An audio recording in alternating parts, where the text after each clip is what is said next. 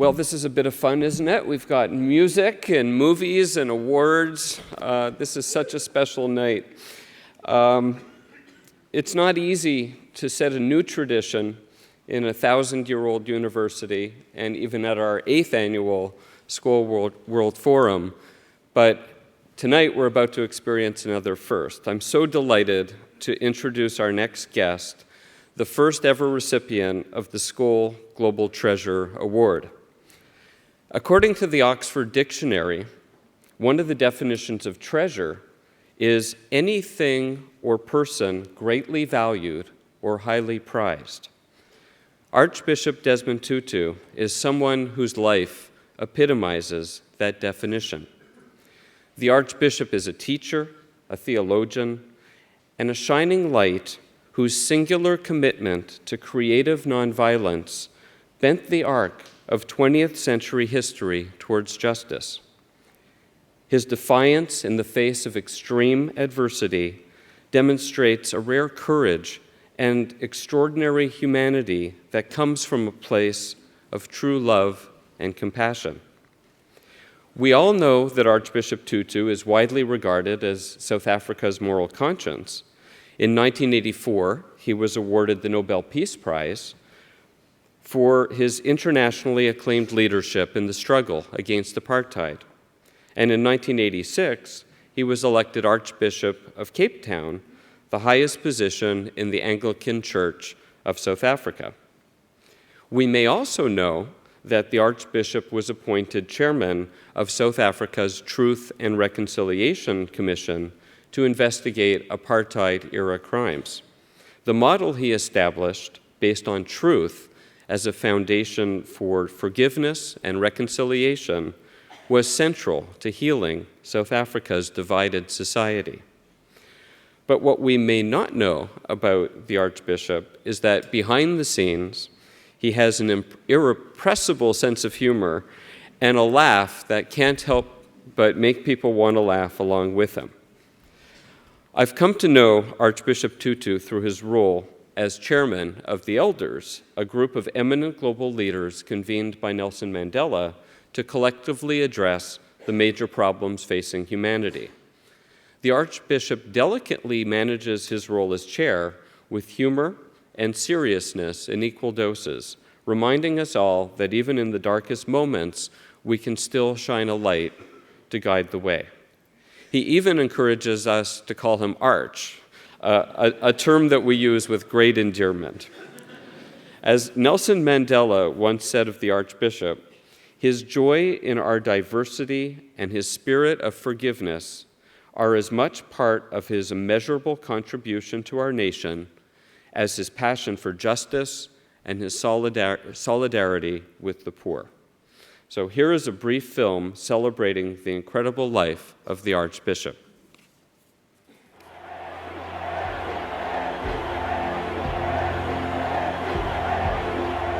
And you have to keep holding on to the fact that this is a moral universe, that ultimately right will prevail. There's no question about it. There's no question at all. Industry, government, civil society, and you and I, we can all make a difference. We're made to live in a delicate network of complementarity, of making up for what is lacking in one another's gifts. For we are made for goodness, we're made for laughter, we're made for joy, we're made for caring, we're made for transcendence, we're made for compassion and caring. And God says, fly, eagle, fly.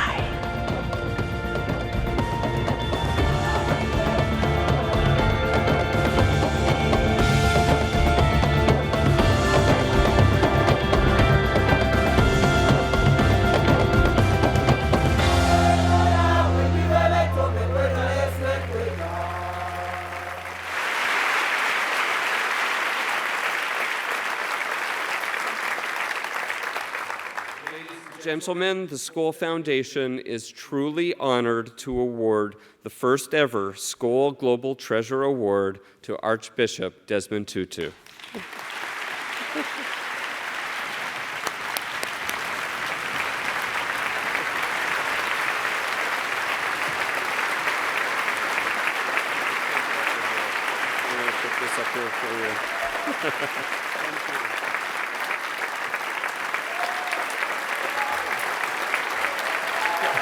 Thank you.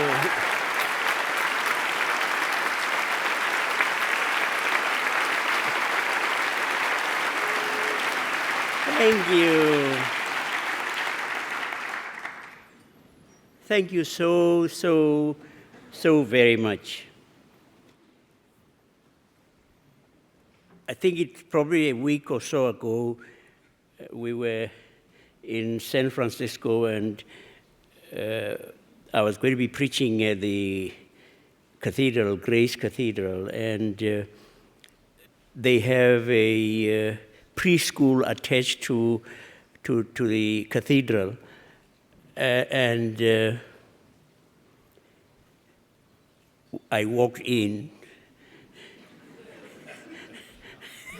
and one of these young ones piped up, "Oh, you're old."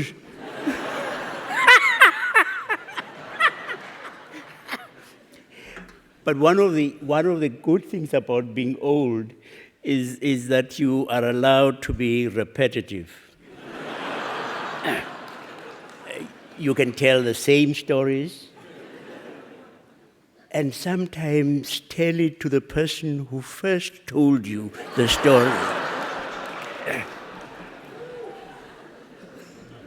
And so you understand, as it were, where I come from.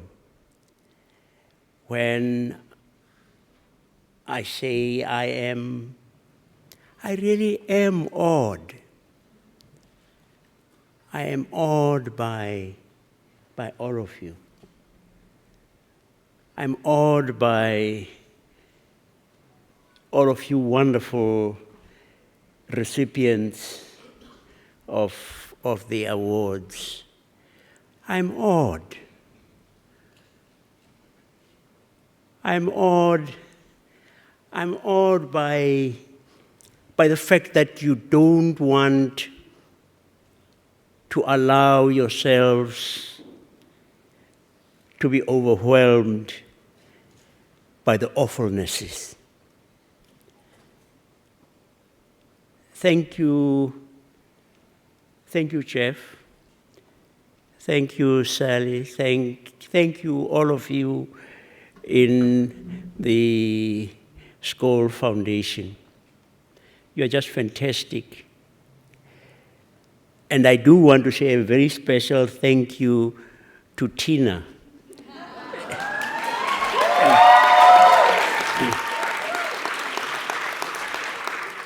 She has been my chaperone and making sure I behave properly. But thank you.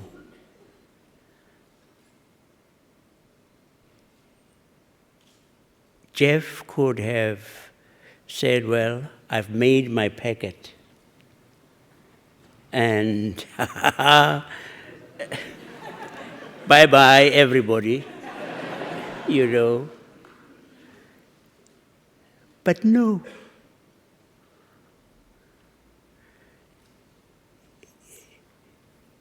He may not be able to theologize it this way, but he is actually saying, I am a conduit. I am a conduit of the goodness, of the love, of all that belongs to God. And we in the elders are constantly almost made speechless by the generosity of all of those supporting our project. Thank you. Thank you, Sally. Thank you, all of you.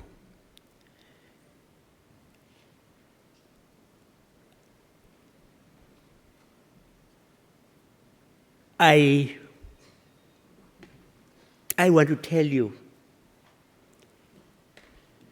that as I have grown older,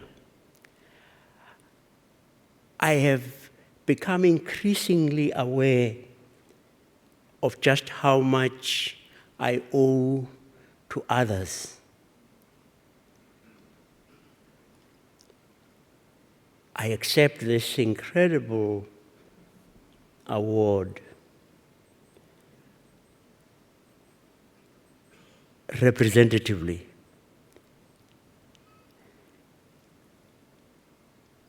Because I stand out in the crowd only because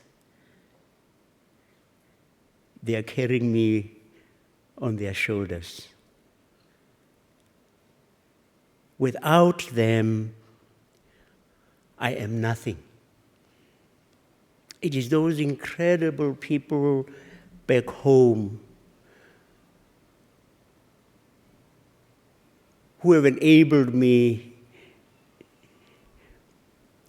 to shine. And on their behalf, I say thank you. But just in case you get away, you say, oh, isn't he nice? He's so modest.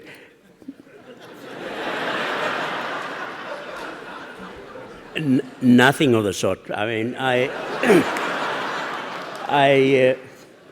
my wife and I went to West Point, the military academy, and at the end of my visit, the cadets decided they were going to give me a cap to commemorate the visit.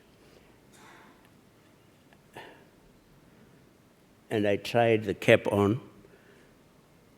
Now, a nice wife would have said, the cap is too small. Leah said, his head is too big.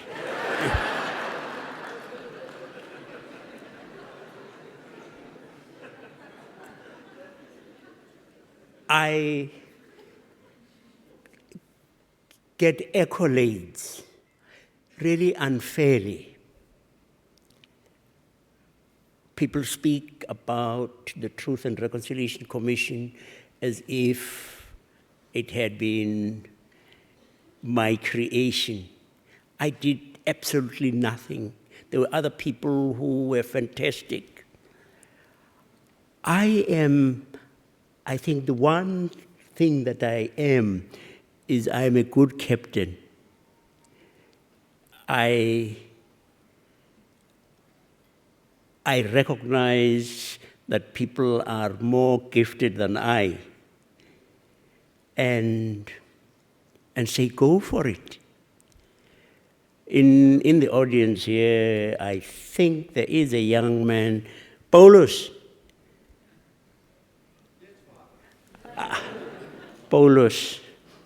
Paul van Zyl was one of our team. A brilliant young man who ran the TRC. And like the good captain, when the team plays well and they win, I get the kudos. But I just want to say to you, you'll allow me to say just a few little things. I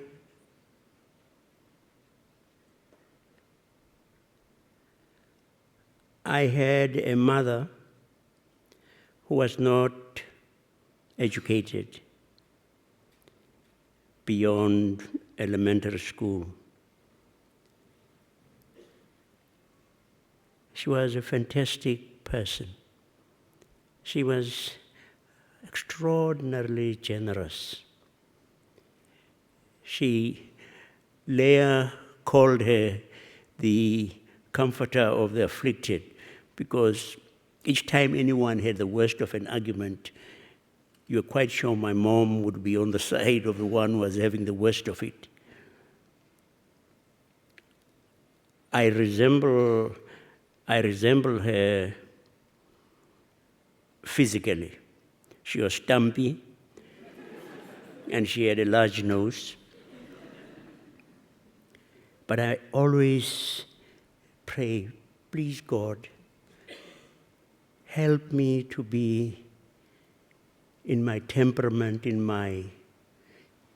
who I am. Help me to be a little more like my mother.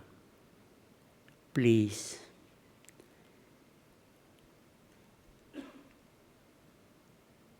One day I was with her. I was maybe 8 or 9. And she was working as a domestic worker, a cook for blind women in an institution. And someone swept past, a tall Englishman with a sombrero. And as he went past, he doffed his hat to my mother. A white man doffing his hat to a black woman, uneducated. I didn't know it was Trevor Huddleston. And later I went to live in Sophiatown in a hostel that the Community of the Resurrection, to which he belonged, had set up. I got TB and was in hospital for 20 months. And for most of that time, once a week, Trevor Huddleston came to visit me. Me, a township urchin, by an important white man. You don't know. You don't know. No, you don't know.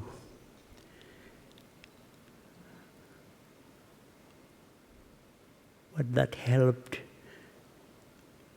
for me to become. Perhaps I would have become embittered and hated white people for what they did, for what they were doing to us. And I almost always wanted to emulate Trevor Huddleston. And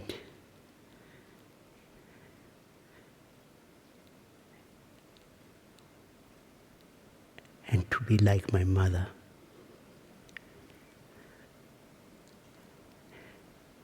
And I look around in this room,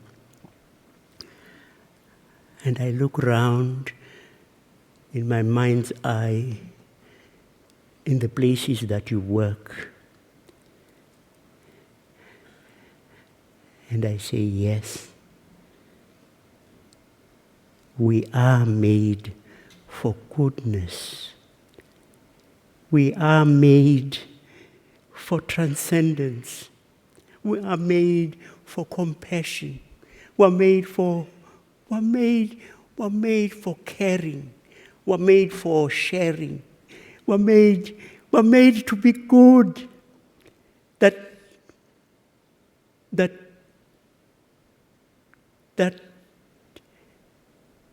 the bad, the evil, the vicious, Those are the aberrations. And God gives up on no one. And you and I are part of this divine project of turning this world to make it more hospitable for goodness, for laughter, for caring, for joy. And hey, when God looks down, yes, God sees Libya, God sees the Ivory Coast, God sees Gaza, and God cries. God weeps. And then, did you notice? Did you notice that little angel who went and wiped off the tears from God's eyes, and God was beginning to smile because God looked and saw Skoll Foundation. God looked and saw, hey, and the smile of God was like sunshine after rain. And God said, hey,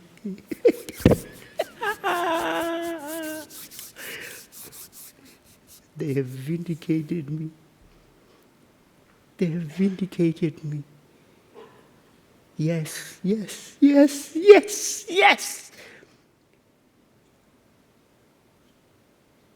Goodness and laughter and joy and caring are just going to envelope my world. And you, and you, and you, and you, and you put a smile on God's face.